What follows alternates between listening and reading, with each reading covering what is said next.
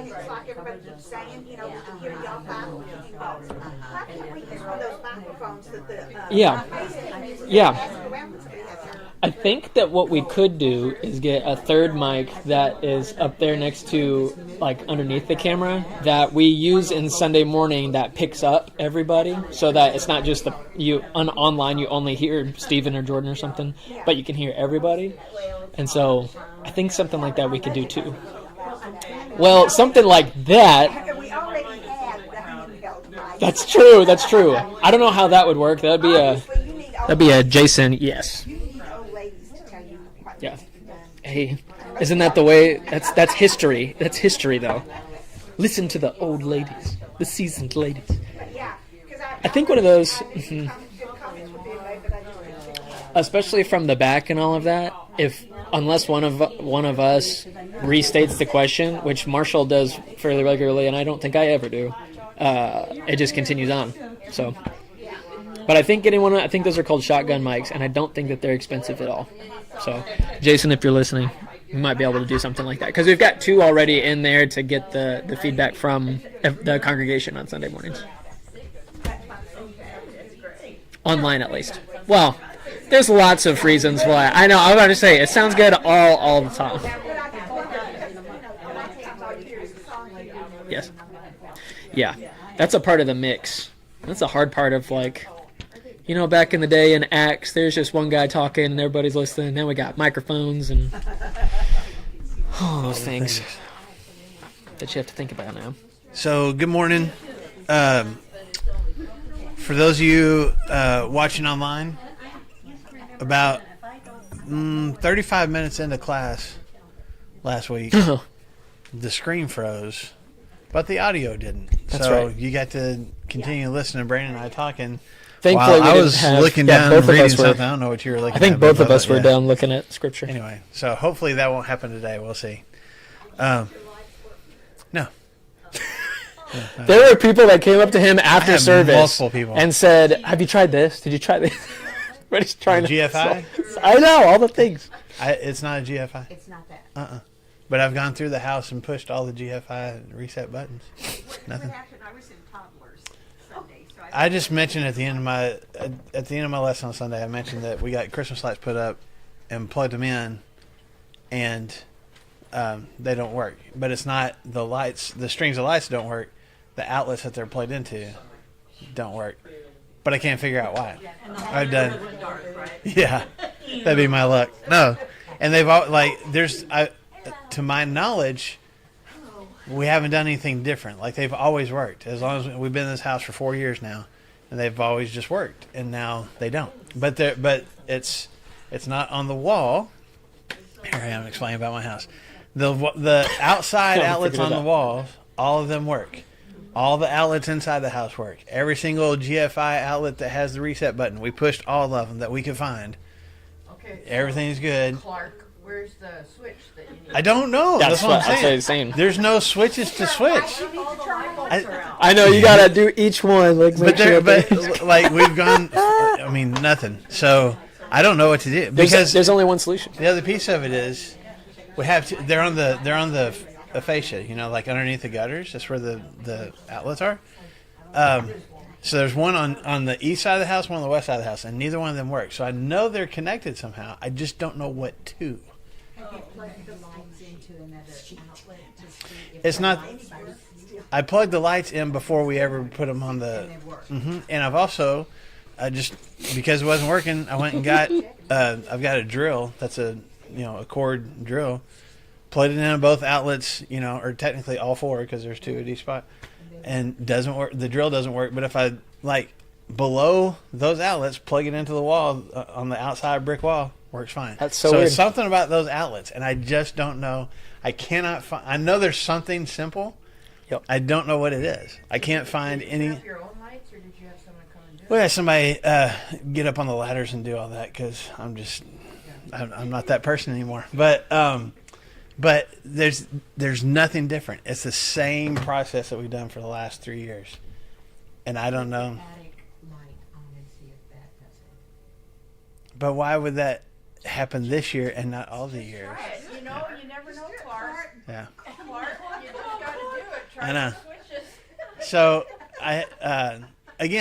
I'm not for turning on Christmas lights well ahead of. I mean, I can do it before Thanksgiving. I'm not. Well, he doesn't like joy. He doesn't like to be happy. He doesn't like. I to, do. To spread I like to Christmas be spirit. thankful, I like as to wait- God commanded the pilgrims. I like to wait Yeah. until after Thanksgiving. I Yeah, it can be Thanksgiving Day, a lost holiday anymore.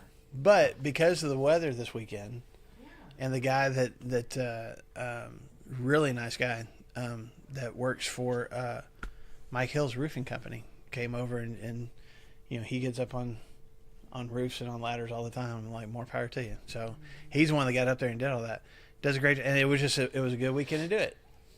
It was good weather. He could do it. You gotta turn them on. The bulbs are there, and unlike half the houses in my neighborhood, they are not on.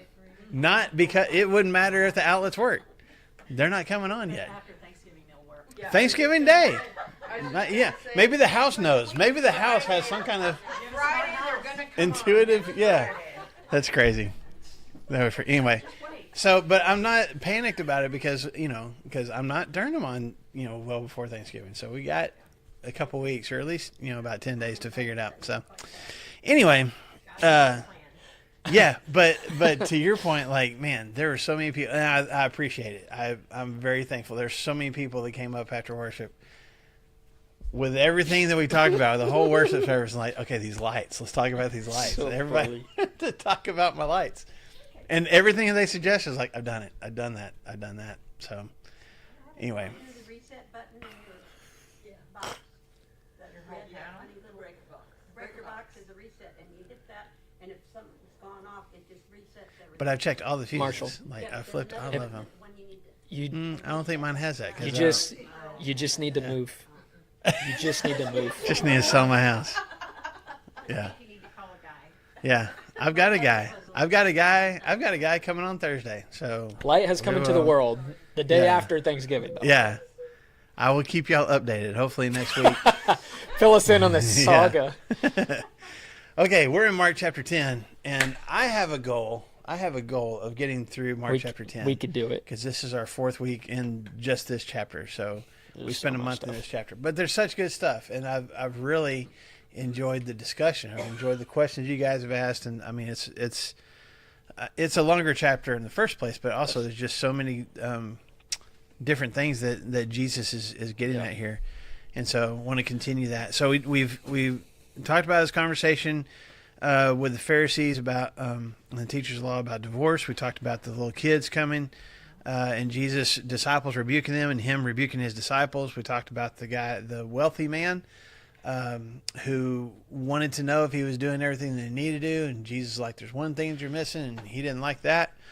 And then was that where we left off? I feel like that's where we left off No, last we week. had a cliffhanger, Right. and it was in Because 32. we talked about how Jesus is moving along. This is in verse 32. So we'll read this paragraph. Mark chapter 10, beginning verse 32. They were on their way up to Jerusalem. Pause real quick. Remember, he's been on the east side of the Jordan River, which is a very flat area, and now he's probably crossed the river and is on his way to Jerusalem. One of the first major cities that, at least bigger kind of cities that you come to on this route is Jericho. We'll find out here in a little bit that that's where he gets to. And I was telling you guys let me get the numbers right. Jericho is 825 feet below sea level. Jerusalem is 2,500 feet above sea level. So there's We are definitely, ascending. yes. And there's only 18 miles, between the two. So just for reference, at least for me, and I know not everybody's from this area, so this may mean nothing to you, but the difference between Alma and Fayetteville. So if you're driving down the interstate, you get to Alma, and then because that's what we talk about. We're going to go up the hill. We're going to start going up the mountain. We're going up. Used to be Old 71, right? Going up 49 now. Alma is 430 feet above sea level. Fayetteville is 1,400 feet above sea level. Oh. So think about just Thousand now. feet That's elevation. 43 miles. That's so, twice the distance of what Jesus is walking from. So I'm saying you're going up a much steeper ascent in a shorter distance, for whatever that's worth. Jesus' calves were working. That's right. So were the disciples. But it's going to take him a little bit of time to get there. But anyway, that's the direction that he's headed. Okay. That's a much steeper Oh, ascent, boy. man. Much steeper ascent. That one hill that we did. Hill. You know, the one when we had Andy and Yeah. and you know, because we were There's moving a- fast that day, and they were like, "We there's gotta a- get up this hill." There's a trail that's like slowly we're gonna take these zigzags, and Yeah. our guide was like, "But you know what? We should just." yeah. And Well, so- but there's also that one big hill when we were going from low camp to high camp, and they're like, "We get to the top of that hill," but they were saying like, you know, it wouldn't take an hour to get up there. Like it's just a steep hill and just straight Watch up. it. And like we got up it so fast, but I Oh, was breathing We're hard. dying. That was when Cooper Bowman was behind me, and he was just like, "I was just following your calves. When your calves Just were like moving, where he's Marshall just looking steps. down the whole time." He's like, "When your calves started going, I started going. When they stopped, Yep. I stopped." Anyway, that's beside the point. Let's get back to verse 32. They were on their way up to Jerusalem with Jesus leading the way, and the disciples were astonished, while those who followed were afraid. And again he took the 12 aside and told them what was going to happen to him. "We are going up to Jerusalem," he said, "and the Son of Man will be betrayed to the chief priests and the teachers of the law. They will condemn him to death and will hand him over to the Gentiles, who will mock him and spit on him, flog him and kill him, and 3 days later he will rise." So the cliffhanger, the bookmark, whatever that I left for us last week was this is kind of an odd thing that Mark kind of throws in here. And Mark's the only one that includes this little tidbit. Yeah. Yeah, and we're the disciples, so the ones that are like, you know, your apostles and maybe a handful of other people that have really fully committed themselves to Jesus are, my translation says astonished. Some of you might have amazed. Yep. Okay. And then the crowd, so even the people that are curious about Jesus and want to see the miracles and they kind of maybe hear the teaching, but they're not part of the inner circle, they're afraid. So my question was, why is that? What has happened that would cause astonishment, amazement, or fear? What do you guys think?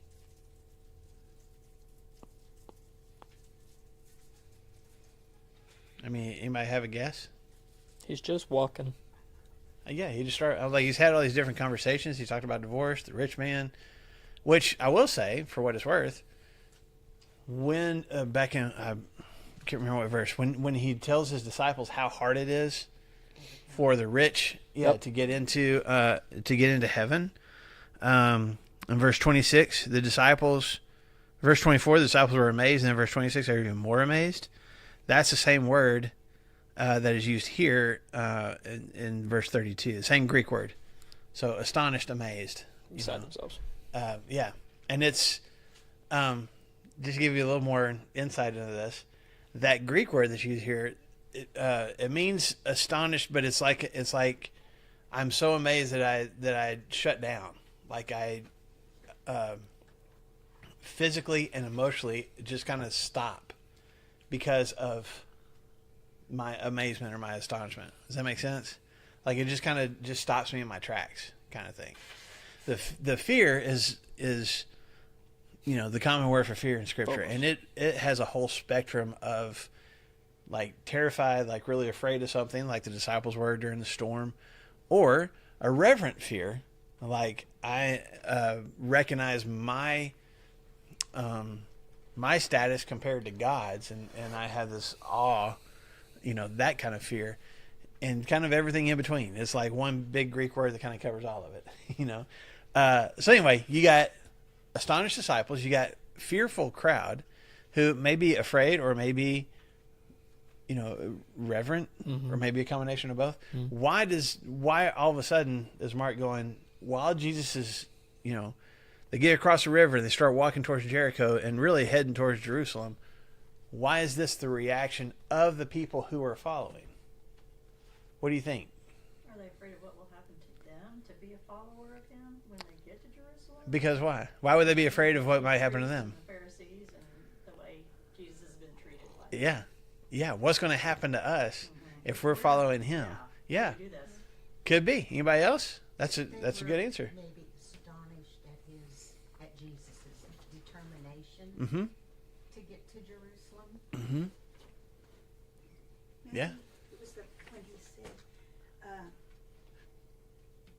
many who were first will be last and the last first. Well, they were kind of considered the first of Jesus' circle. They were the first layer. Mm-hmm. And then, the people that are just following along are I guess, considered the last newcomers. Yeah. And so maybe that was it. Maybe they were thinking, wait, we were the first he called, and now you're telling us. Yeah, now I'm surprised because I thought I was the first, but now I'm the last. I don't know. Do you have an opinion? I mean, I think it could be a combination of lots of those things. There was a bunch of commentators that I read that were all over the place with these, actually. Yeah. I was surprised that there wasn't like a consensus of like, this is kind of where we're at. Yeah. I think there, at least for me, these guys have been with them for probably right at 3 years, because we're, chapter 11, that's a triumphant entry. So we got a couple days left to live. That's pretty much it. And his disciples have been following through all these things, and he's got some really hard teachings.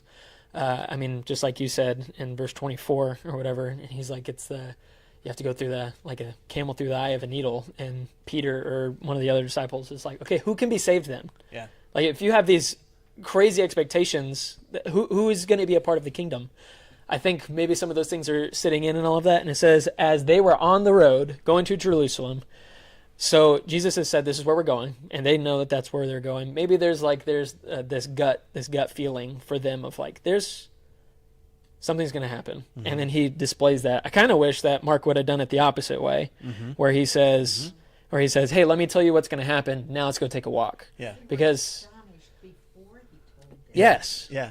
So there's something like percolating. There's something that's just like going on in their heads of like, man, who? I mean, from the very beginning, whenever they were in the boat with Jesus and he commanded the storm to stop, they're like, who is this guy? But Like, what is he's already this? told them, hasn't he? Twice. This is the third time. Yeah. Yeah. That this is what's going to Yeah. happen to him. Yeah. So did it finally sink in? Or at least a little bit of like, okay, they're starting to put some pieces together of Yeah. we're approaching a turning point. And I think the disciples can feel it, which is maybe what that amazement is. And the crowd, I mean, they're afraid. So I feel like, and I hope this doesn't come across as like a cop out. I feel like it's a combination of everything. that's Come been on, said, okay? Marshall. But no, thank you. But I think there is something to be said for just fear of what's going. If he's headed towards Jerusalem, what's going to happen when we get there? To him, to us, to Because- this mission, to the Yeah, kingdom. but one of the commentators I was looking at, man, I printed it off and left it on the printer, so I was That's just okay. kind of have to recall. was just talking about if you line this part of Mark up with the other Gospels, especially the Gospel of John, because John doesn't do nearly as much of like these miracles and things like that. It's much more about the conversations and teachings that Jesus has. But somewhere in this time, there have been more than one attempts on Jesus' life. Crowds try to grab a hold of him. Tried to stone him. Yeah, and then also the chief priests, the Sanhedrin, those religious leaders, they sent soldiers to go arrest him, and they didn't. And so there's been threats happening already. And if you get to John chapter 11, and that's when Lazarus has died, and Jesus is like, okay, we're going to go see Lazarus, and he lived in Bethany, which is a couple miles outside of the town of Jerusalem. Do y'all remember what the disciples' reaction was when Jesus was like, we're going to go see Lazarus? He's already dead. Why? Why go? Well, they didn't know that he was dead. Huh? Killed. The last time we Yeah. were there, they tried to kill us. Why At would least we they go tried to back? kill you. So to your point, Christy, the disciples, if you're following the rabbi, and the rabbi is supposed to be killed, you're under threat of being killed too. So I think there's part of that fear, at least from the disciples, and the astonishment would be, you're intentionally walking towards a dangerous place. We're on the east side of the Jordan, which means we're probably not in Galilee anymore, which is where most of these disciples are from. And now you're heading into the lion's den, like you're walking towards the danger, and it just kind of like, why are we doing this? And Does if, that make sense? if Jesus is trying to build this kingdom, if he really is the messianic person that we've been waiting for, we need to stay off of the highway to the danger zone. Like we need to be doing, let things cool down a little bit. Jesus, stop having spicy conversations with these guys. Right. Like we need to preserve your life so that you can become king. And Jesus goes up to Jerusalem and he's walking ahead of them. Yeah, and it's also, I think there's something different about the way Jesus is now walking, not just in his step, but there's something when he came down from the mountain after being transfigured, things have shifted a little bit. Mm-hmm. He's not hiding from being called the Messiah anymore, and he's having some challenging conversations. And in Luke, I believe it's Luke chapter 9, where Luke says from that moment on, Jesus set his face towards Jerusalem. Like I am walking with a mission. I'm walking with purpose. Yep. And I think that's part of it as well. So that's why I say it's a combination of those things. I think there's fear from the disciples. Like, are we really going to the place, like the headquarters of the people who are trying to kill us? That's where we're going. There's a little bit of that kind of fear. And also, they just haven't seen this in Jesus before. If you think about just the different villages they went to, there's kind of a randomness to it. He's gone to Capernaum and he's gone to the Decapolis and he's gone to all these different places in Galilee and just kind of been around the lake, just kind of wandering around the lakeshore. This is not kind of random. There is a purpose here. And so there's a like a shutdown almost from the disciples, and then the crowd itself either senses something dangerous about to happen or something awe-inspiring is about to happen. And that's the fear that I think is on display here. But Jesus, there's a determination here. And so it's also, I think Phyllis was pointing it out, is after the fact. I think there might be some astonishment and fear, and then Mark's going, let me tell you why they were feeling that way. Jesus pulled the disciples over, kind of pulling them over the side of the road. Huddle up, guys. Something to tell y'all real quick. Okay? And this is the first time, just to mention, this is the first time whenever he says where this is going to happen. Yes, that's key. He says, we're going up to Jerusalem, and here's what's going to happen. The other times, he has told them very plainly what's going to happen, but it could be ambiguous. Is this happening tomorrow? Is this happening in 20 years after you're king? Like, what's going on? And he says, it's in Jerusalem, where I'm going right now. Yeah, which, again, is different. Like, the first time he said it, he didn't say the location. He just said, here's what's going to happen. That's when Peter pulls him aside, like, hey, stop saying that kind of stuff. And Jesus has to reprimand Peter. And then the second time he says it, again, he doesn't say the location. He just says, he tells them plainly.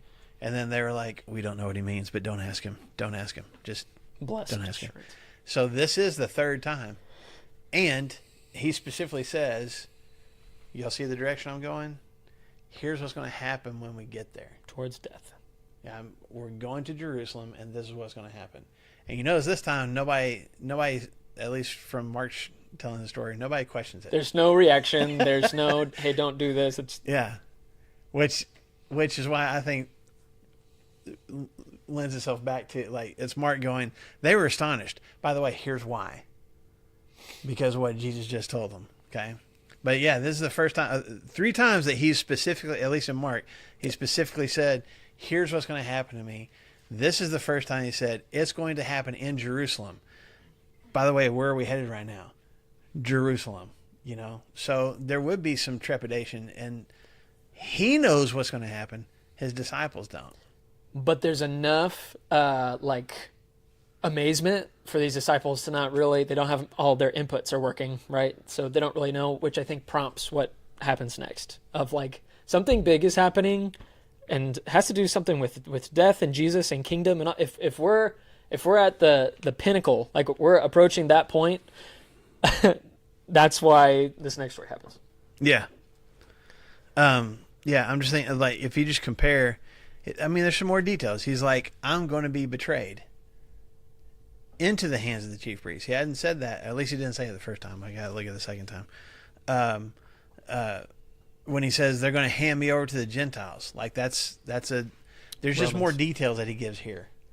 You know what I'm saying? He gives them a this play-by-play on what's going to happen. There's no reason for them to go, we don't know what he's talking about. This is like the plainest that Jesus has spoken. Like road sign, Jerusalem that way. We're going that way. Here's what's going to happen specifically, kind of in details. He talks about being spit on and mocked and killed. Like there's more details that Jesus, it's a much more detailed picture that Jesus paints right here. So I think that's why there's not any question this time. Yes, ma'am. Is there any reason why he talks about himself in the third person when he's talking about that? I've found that curious that he's done that. Yeah, it's not real often that he'll call himself the Son of Man, but this is one of those times, and I think it's just, I think it's other people have called him the Messiah. There's been references to him being the Son of Man. He's called himself that too. This isn't the only time, but Son of Man is harkens back to Ezekiel, the prophet Ezekiel, and so it was like. I'm making a quick answer into a long answer. I think it's Jesus. I think when Jesus uses that term in the third person, he's pointing his Jewish disciples back to a guy who was chosen by God to do some specific things, not just give a specific message, which he did. But if you read through Ezekiel, God had Ezekiel do some like weird things, especially compared to the rest of the people around him. But God called him Son of Man Several times. multiple times. There's also the reference in Daniel where Daniel sees, and he talks about the Son of Man, and that was attached to the Jewish concept of the Messiah, the prophecy about the Messiah, the Son of Man that was going to come. So there's a couple of different references. So it's really, I think Jesus, whenever he uses that, it's intentional, specifically for his crowd at that time to go, hey, this figure, this Son of Man that you have known about since childhood, I'm him. He's connecting the dots. Yeah. Well, It's a good question, though. It would be kind of confusing because here he is saying he's the Son of God, but their perception was he's going to be the Son of Man who will set up a physical kingdom. Right. And I'm sure they were. After I started reading Ezekiel, I kind of became a little more tolerant. Yes. Understanding. For sure. Well, and again with Daniel and the pointing forward to the Son of Man in Daniel, who has power and authority and establishes his kingdom, and so that's the other piece of it. Jesus going, "This is about to happen," but it would also be confusing because if the Messiah is supposed to, he's the one blessed by God, it's the Son of Man that's going to go and establish his kingdom, then why are you going to go be killed? Like that doesn't make sense. Yeah. And so again, I've got the end, but all Jesus, those when's things- the middle part going to happen whenever you have a kingdom? When Yeah. is that we haven't talked about that yet. So when Mark says they're astonished or amazed, I think like they're just trying to process and it's not happening, and it just kind of shut down. Like there's no reaction because they don't know how to react. And they don't have the Holy Spirit yet, which remember, whenever the Holy Spirit comes to them, it gives them understanding of this. Like Jesus is telling them these things and they get it, but that's what the Holy Spirit does. It says, okay, look what Jesus has done. Look at the Old Testament, bring all of those things in, and now we can see how these dots connect. But for them, it's just these human blocks that they just can't get through. And we also have the benefit of looking back. Like we know what's going to happen. They have no clue. They have no Even clue. even the Pharisees are like, no, Jesus can't be the guy because this, and this, and this. And they have the Old Testament that's supposed to point them towards that. Yeah. But we've got the New Testament. That's so right. Help us out. Okay, so let's look at We're getting what to happens. the end of the chapter too, right? Yeah, we're trying. Bless us. Verse 35. Then James and John, the sons of Zebedee, came to him. Teacher, they said, we want you to do for us whatever we ask. That's kind of a loaded thing, right? I looked. You ever had somebody come up and go, hey, do me a favor? And you're like, okay. And then before you knew what the favor was, like, I looked it up trying to figure out, like, is this a form of... It really is just that, though. God, but more than a favor, like, Jesus, we want you to do something very specific for us. But we're not going to tell you what it is until you say, yes, you'll do it. But she says, just ask me what... So tell he's me- like, tell me what do you want me to do? Verse 36, what do you want me to do for you? Verse 37, they replied, let one of us sit at your right and the other at your left in your glory. You don't know what you're asking, Jesus said. Can you drink the cup I drink or be baptized with the baptism I am baptized with? We can, they answered.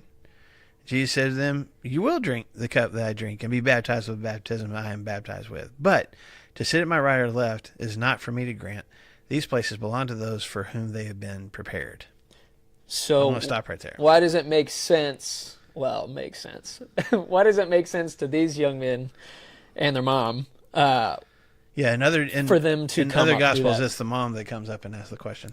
Yeah, which I don't know who's the motivator here. Is it James and John, or is it mom motivating them? Yeah. You know, Yes, who ma'am. is it? Is that not pretty arrogant for them to think they are so special, they should be on his left and right? Yeah, the Well- question, if you're watching online, is that not arrogant for them to do Yeah. that? Yes, it's extremely arrogant. Like, But- very much so. If Jesus has just said, "Hey, listen, man, we're coming to the end here. We're coming to the climax. If we're coming to the end, then these boys have been thinking the whole time, oh man, maybe I've only got so much time, and so sometimes it's like, okay, well, you know what, I just better do it right now. I would like, if you're going to be a king in the capacity that I believe that you're going to be, then it's hot in here.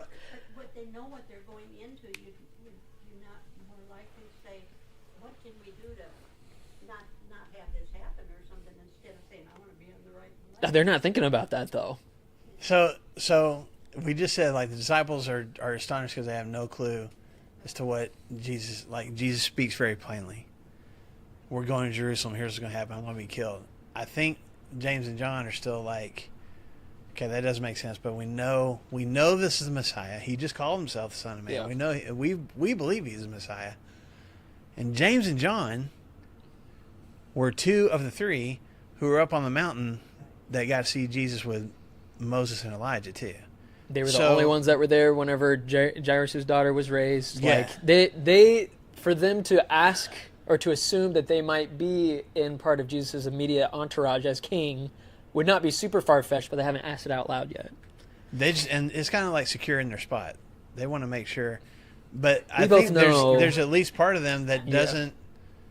Like, he keeps saying he's going to be killed, but what? Nah.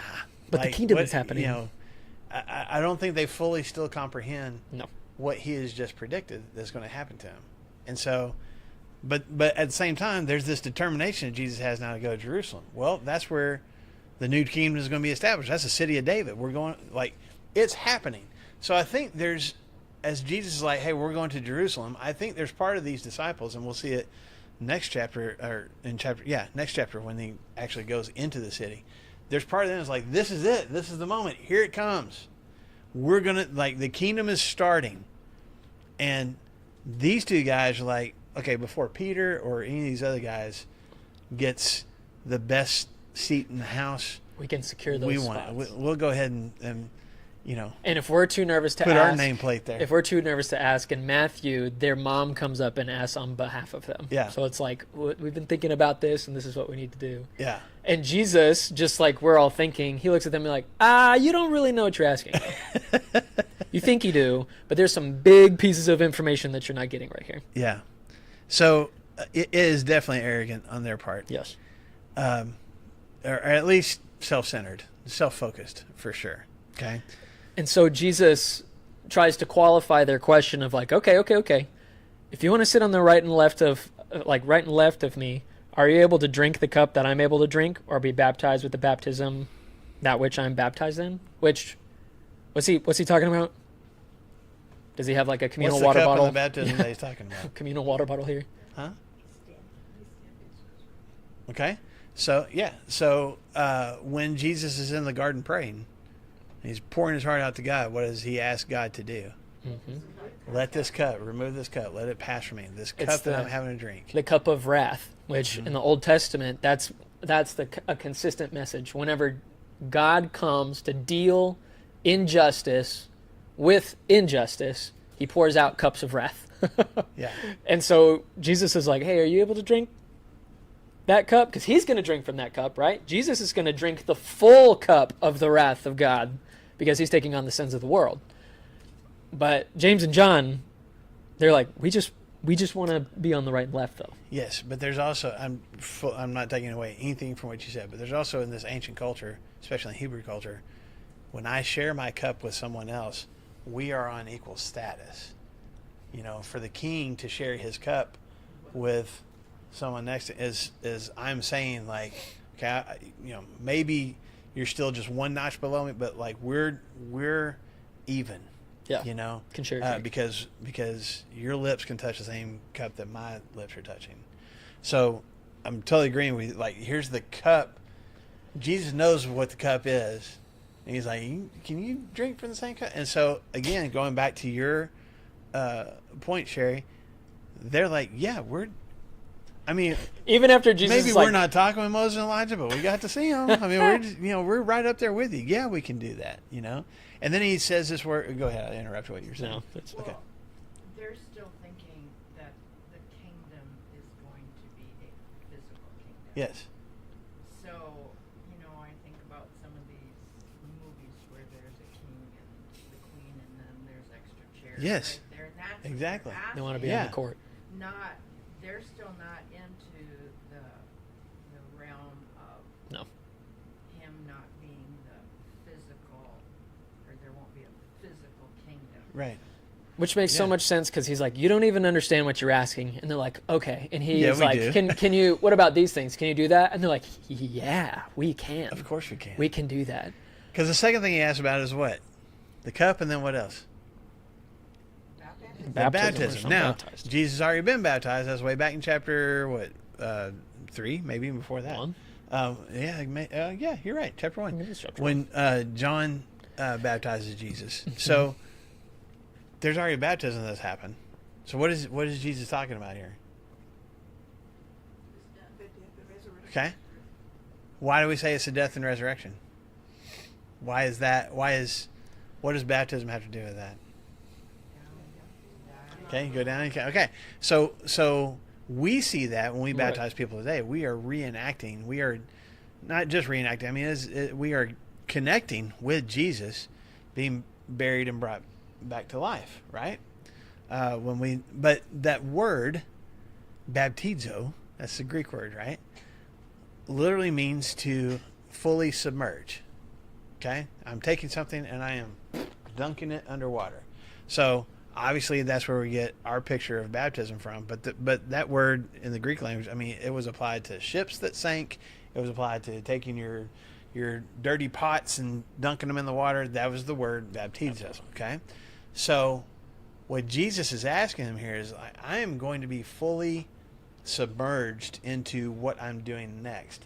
Can you guys do that? It's and I don't think he's just talking about. I mean, I think he is talking about his death. Mm-hmm. But I don't think he's just talking about being buried in a tomb. I think he's talking about, like, I am full on committing to this. I am To the point of death. walking to my death and fully committing to giving my life. Can you guys do that? Of course, I don't think that's what they realize, because he uses, I got this cup as baptism. Can you guys fully submerge yourselves into what I so fully submerge myself into? Can you guys drink from the cup that I'm drinking from? And their answer, Yeah. Absolutely. Whatever that looks like, we can do that. now part of this is self-centeredness and arrogance. There's part of this, though, that's also a part of the rabbi-disciple relationship Mm-hmm. that we talked about multiple times. The disciples, in comparison to their rabbi, were supposed to do what? Mimic everything. Everything the rabbi does, you do. Okay? So if Which Jesus is says, part of why in Matthew, when Jesus is walking on the water and Peter says, if that's really you, then have me come out there. Part of that is Peter going, prove it. But part of that is also Peter going, okay, if you're really my rabbi, I'm supposed to be able to do what you do. So do that call too. me out there too. And it's the same kind of concept here, where Jesus says, can you drink this cup? Can you be baptized with what I'm baptized with? And there's part of them that's like, yeah, man, we're disciples. We will do whatever it is that you do. And I don't think they're Yep. necessarily saying, like, because of their own power. They're just like, yeah, we can do it. We are fully committed. The arrogant part would be like, compared to these other 10 guys over here, we need to be on your right and left, because we are going to mimic everything. What are you going to say? yeah, it's just, I gotta, like Lou said, kind of gotta give these guys a little bit of grace and stuff, too, because these are teenagers. And if Jesus, a 30-year-old at the man, most college age. this Jesus. Okay, so I'm 32. Okay, super old. And Ancient. imagine me, just trying to impart on the young adults group, like, I am going to die at the hands of our enemies. You could do that too, right? And some of these young adults or even teenagers be like, yeah, I just Like, if I'm- die, or whatever. Like, Yeah, guess, I can like, do it. Yeah. if I'm emulating you, if I'm trying to follow you, Yeah. well, whatever that means, yeah. And so I think that there's just a little bit of like, we'll follow you wherever you go. And so there might be a little element of faith and stuff too. I do think that that's what arrogance I'm is a part of it. Yes, there's definitely arrogance, but I think there's also there's like, yes, I've committed to this. When I left Dad in the boat, and I'm still following you. You gonna drink a cup? I'll drink it. You gonna be submerged in something? Okay, I'm in. But in that process, yes, I'm gonna follow you, but I also want to be like, I want to be in the position of importance too. I want to be on the right or on the left. Which we find out in a second, they're doing it like away from the 10. So they're like, hey, Jesus. So there is some superiority, and I'm just a little bit better and Yeah. stuff, because we'll just find out They're taking advantage. they're- They're taking advantage of the They're opportunity. pretty frustrated. What were you going to say? Two things. One thing, Peter has already been called the rock, and upon that rock, Mm-hmm. so they probably had a little bit of, Jesus is assigning roles here. what makes him so much better than us? Well, let's get in on this too. Yeah. But the second thing was that he asked them if they could go through what he was going to go through. They couldn't even go through it up to that. When the soldiers came to get Jesus, they all ran. They away. took off. That's right. No death had happened yet. Yeah. And before Yeah, they're yeah. even scared, they're falling asleep while Jesus is like Yeah, yeah. crying out Yeah. to God that he's about to die. They're like, oh man, I'm it's so tired. oh buddy, I'm tired. Like, Yeah. man, you can't even drink a tiny drop. Yeah. Bless. Myra, or I'm jumping ahead, every one of them ended up basically giving their life. Yes. So, which is what? Yes. Yeah. For those watching online, Sherry was saying that they could fully admire they them. did eventually fully commit to this, which Jesus does say in verse 39. He's like, "You will. You know what? You're right. You will." I think don't there's part of him understand. is like, you don't know it yet. You don't know exactly what that's going to be like, but yeah, you will, because in Acts chapter 12. Yep. James is beheaded because of his faith. John later on is imprisoned and banished to an island for hard labor. Why? Because of their faith in Jesus. Because they were drinking the same cup, but they were also fully committed to the message and to the ministry, no matter what the consequences. Yep. So yeah, Jesus is like, yeah, you will. But this is not, what you're asking is not something, it's interesting for him to say. Yeah, it's not mine to grant. It's not mine to grant. But for those for whom it has been prepared. Yeah. So those roles are assigned already, buddy. And God knows those things. We're not even going to talk about that right now. And if you want to, I don't want to spend a whole lot of time on it today personally, unless you want to, you can. If you want an opinion on who those seats are reserved for, Google it. There's dozens of, I mean, But even if Jesus says, "Hey, man, those spots have already been taken," it doesn't say very much more. I'd be like, "Oh, okay. Well, that's a pretty lofty subject here." But there would also be, I think their reaction would be like, well, why not? Well, who else is picking? You're the got- king. Elijah already. Right. Yeah. So at least there's those two that would probably trump these two guys. I don't know. Maybe Moses and Elijah would. But we're thinking on earth. Remember, Yeah. we're like, yeah, okay. If Jesus is the earthly king, and this other guy's the rock, like, let us sit on the right and left, though. Like Moses and Elijah, I don't understand how that plays into what we're doing right here. But we can sit right next to you. Yeah. They're dead. We're alive, Jesus. And we're pretty humble about it too. Yeah. The kingdom's coming right now, and we want those spots. Yeah. And so Jesus basically denies the request, okay?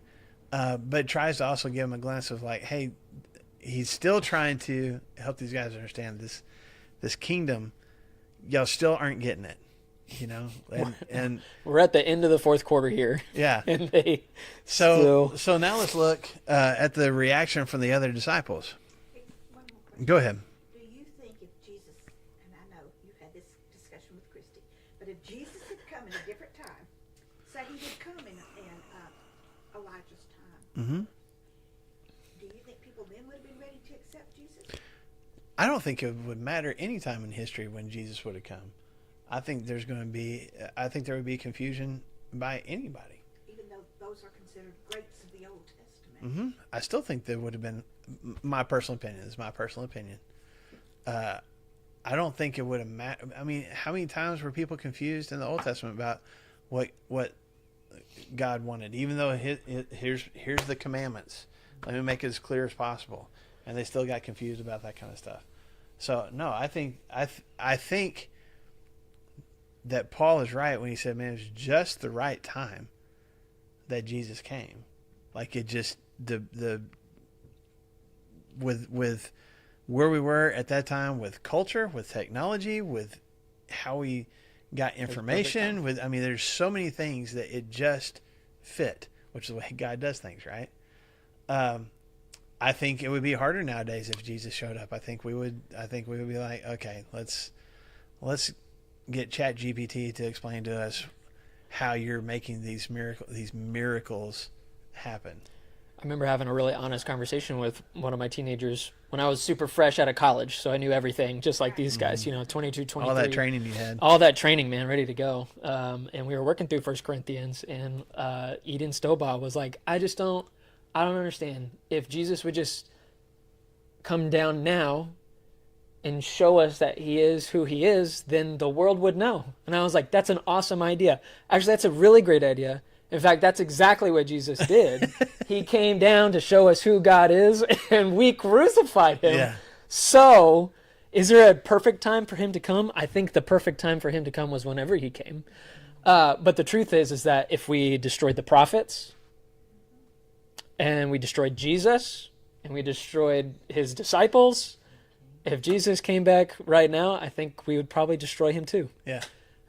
We'd be really amazed, and he would do some really amazing things, but then he would say something Yeah. or do something. We're like, hey, you can't be, And I think Christ really is. you can't accept them. You can't say that. You can't do things like that's we would do the why same thing. whenever he comes next, it's going to be for victory. Yeah, And it's like, hey, now it's time. yeah, Yeah, it just absolutely. It just seems like they seem to the prophets seem to really.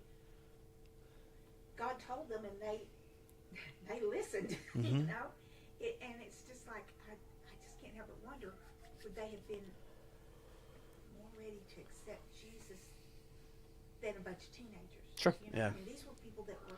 But I mean, I understand the teenagers because We needed teenagers. He wanted people. Well, and he wanted people who were going to be around. For a while. Yeah, But and even- they were, but and they were. Even the religious, even the religious experts, so some of the elders, the older people, still didn't fully understand. I mean, he asked Nicodemus, "You're a teacher of the law. You're an expert in the law, and you don't get this?"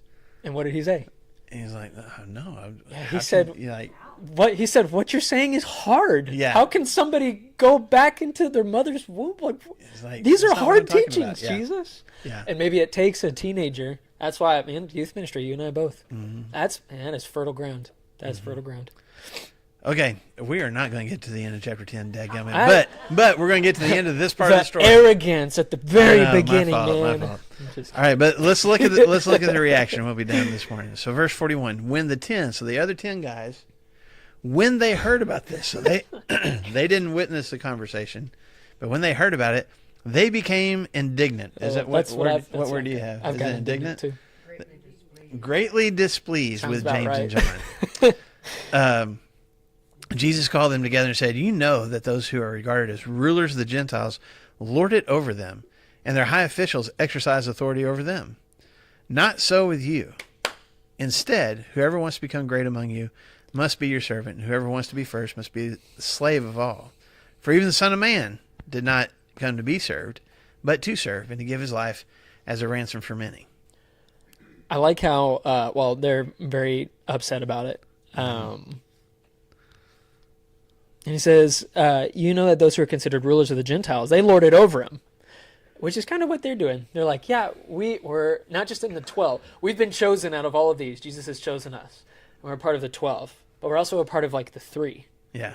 Ooh, this is nice. And we think we're better than even the other guy that's in the 3. Yeah, and so he kind of he's like, those who are considered rulers of the Gentiles, they lord it over him. And he's kind of looking at them like, guys, Yeah. we're abusing. Remember what I've said a couple of times about how the first shall be last and last shall be first, which I think Jesus has said, at least elevating children, elevating slaves. Like he's done all that a couple times, and the disciples, as we do, consistently want the top spot. Right. Well, he's already gotten onto him, like when they're walking down the road, and he's like, "Hey, what were y'all arguing about?" Nothing. You know, what were they arguing about? Who's the greatest? What is the issue here? If you got the 2 seats on either side of the king, There's only 2. who are you? You're the greatest. So we've had this conversation, fellas. and now here we are having it again. I okay? love, at least for me in verse 43, he says, "But it shall not be so among you." Yeah. That- Do not let it happen. That kind of thinking of that, man, you know what? I want these spaces of authority. I want to be able to have power and rule that over. And you know what? The world would be better for it if I was in charge. He looks at his disciples and says, because he's about to pour out his life, he says, you guys, specifically you guys, come on, that cannot be said about you all. And that's super, super important, because if Jesus leaves and then these 12 are still, which they struggle with it, are still trying to figure out this pecking order of who is the greatest and all of that, then Jesus, whom they're following and whom they're professing, like they take him down a notch and stuff too, because if his innate followers can't even figure this out, Yeah. we've got a problem going on. So a couple things real quick. One is indignant, or what did you say, greatly displeased? Yeah. So the Greek word there is a Greek word for grief, but it's specifically grief because I've experienced something painful. So this isn't just anger. These guys got their feelings hurt. They are hurt because these 2 guys went and had this conversation with Jesus. And I don't think they're hurt because they didn't think of it first. I think that like it really hurt their feelings. It's a betrayal. That these 2 guys, They were better than yeah, to come to Jesus and ask for that, there's an assumption we are better than the other 10. And so, you know, maybe Peter was the first one. Was like, who do you think you are? Like, Do you not know I'm already? yeah, I'm the rock, dude. So, their unity. yeah, totally, Yes. totally. As Jesus is heading towards the most difficult part of the 3 years that he's been doing this ministry, where you would hope that your inner circle is all unified with you, we're in this together. As he's walking that direction, what is happening? They're splintering. Okay? And I think that's why Jesus stops and goes, hey, How discouraging. this is not going to happen with you guys. This can't happen with you guys. But he points the finger at not the Jewish leaders, although they struggle with factions and disagreeing with each other too. But he points to the Gentiles. These, Caesar in Rome, in the Senate. How many different Roman senators were assassinated by the Senate? I mean, Julius Caesar is the most famous, but there were others. How many? I mean, Herod. I know there's multiple Herods. The Herod that was king in Judea when Jesus was born felt so paranoid about losing his throne that he just killed anybody. He heard about Jesus, and what did he have done? Genocide on children. Kill all the babies, all the male babies 2 years and younger. We want to make sure that this didn't happen a year or so ago, and we're just now finding out about it. So kill them all. Slaughtered them. But he did that with his own family. If he thought that and it happened a couple of times, one of his sons was getting more popular and might end up usurping his authority, killed him. Got rid of his wife, got another one. I mean, there's people in this culture have watched rulers assassinate each other because they wanted to be the one in charge. And then he gives the example, like they hover over them. They look down on them. That's lorded over. Like, I am in charge and you are beneath me. Peons. Yeah. And he's like, it can't be that way with you. And so he uses 2 words here, right? What are the 2 words that he uses to describe who they're going to be? Servants and slaves. Okay, he uses both words there, which they're kind of connected, but there's a little bit of a difference. Your servant is, someone who is told by the master to do certain things. But a servant could also be paid. You could have a paid servant. They have freedom to leave your service and go serve somebody else. So, but there's still, as far as their social hierarchy, you're at the bottom if you're a servant. You are being told by whoever it is that you are serving they have control over your actions, at least while you're there at the house. Slaves, it's even more giving up my rights. I don't have any rights at all as a slave. I am completely at the mercy of whoever it is that owns me. And they call all the shots, not just for the job that I'm doing, but for how I live my life. Okay? And Jesus says, Those two roles? servants and slaves. Not right and left, but those two roles. Yes. I think that's important. Here's this right and left, these two seats. And Jesus is going, these two spots in my kingdom don't matter nearly as much as these two roles, being servants and slaves. That's who you need to be. Because if you want those spots of God glorifying you, you need to take those spots. Yeah. Servanthood and slavery. But then he brings back, again, as we're wrapping up, he brings back the rabbi-disciple relationship by talking about himself. Yes, in the third person, but he describes himself. The Son of Man didn't come to be served. Does he deserve to be served? He's the king. He's the Messiah. He's the chosen one. God. So does he deserve to be served? Yes, but why did he come? To serve. Pour out his if life. the rabbi, even though he has every right to demand a position of authority, goes out of his way to serve everybody else, what does that mean for the disciple? Got to do the same thing. Not so with you. You're not going to look like everybody else because I'm not like everybody else.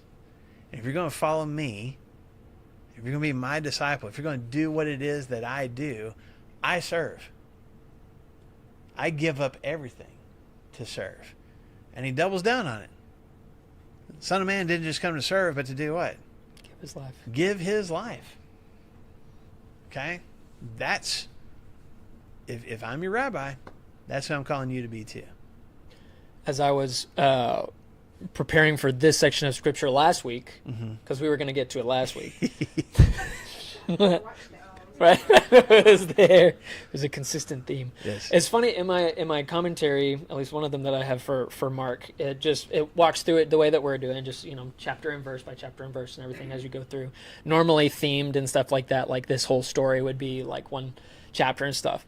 So as I was coming to it, I was like, guys, we're missing a section. Because as I'm looking through my commentary, it stops at least in the middle of all of it. It stops at verse 34 and then goes to 46. And I was like, oh, this is an egregious error. In the middle of this whole thing, right before we're about to have the triumphal entry, these commentators, they forgot this section of scripture. And then I go back to the table of contents, and I see that the very first chapter of the commentary is this story. I'm like, what? Huh. Why would this... and it was intentional. The commentator had plucked out this, particularly verse 45, plucked this out of context and put it as the very first central, this is what you need to read. Before you read the rest of Mark, this is what you need to read. And this is the point that Mark is trying to get across. His main thing was, listen, if you want to understand Mark, if you want to understand what Jesus is doing, for even the Son of Man came not to be served, but to give his life as a ransom for many. Mm-hmm. And so he said, you want to understand this book? Disciples, you need to understand that you're here to serve, and you're going to give your life for Christ in the same way that he served and poured out his life for many. And I was like, okay, it's a little clever. It just shows that I didn't read the first chapter of the book. But I think it's important because this is everything. From this point on, I mean, Jesus has been serving, he's been healing, and he has been a life that could be lived in luxury, or a life that could be lived in making him an actual king and everything. He has spent serving and pouring out his life, and ultimately he will pour out his life. But from right here in verse 44 and 45, and then on, we see that he's going to take those roles on in, like you talk about, this determination of servanthood and this determination of being able to sacrifice everything from here on is going to play all that out to the final degree of him being the ultimate servant and the ultimate ransom for many. Yeah. So it's really cool. That's interesting. Yeah. Even though we tried to get through to the rest of this, that this one commentator said this is the key that unlocks all of Mark, is that verse right there in 45. Yeah. Well, because we did talk about, like, all the way back in chapter 1, when John gets arrested and Jesus starts preaching, and his message is the kingdom is near. The kingdom is showing up, right? It's at hand. So here he is now going, I'll show okay, you. this is like the kingdom that I've been talking about. I'm on my way to establish it. And I'll do But that. it's going to through- look different than Uh-huh. what you had in mind in the first place. I like that. That's cool. You know, for 40 years I coached, and this was the culture I wanted on my team. Because I let them know the best leaders are servants. Yeah. And which was different than another team on our campus where you get to be a senior, you guys do all the work, you do everything, Yeah. but not my seniors. Yeah. They did all the work. Yeah. They served the team, and I want to be served as well. That's the culture. Yeah, well, that's one of the things that we were very intentional about at our session at church camp. I mean, like first night that we were there, we challenged the kid, every single kid, from the youngest cabin all the way up to the oldest. Do your best this week to make this week good for somebody else. And I mean, that's the challenge every single summer, every day. Figure out, how can I make today or this moment better for some other camper? How can I make it better for them?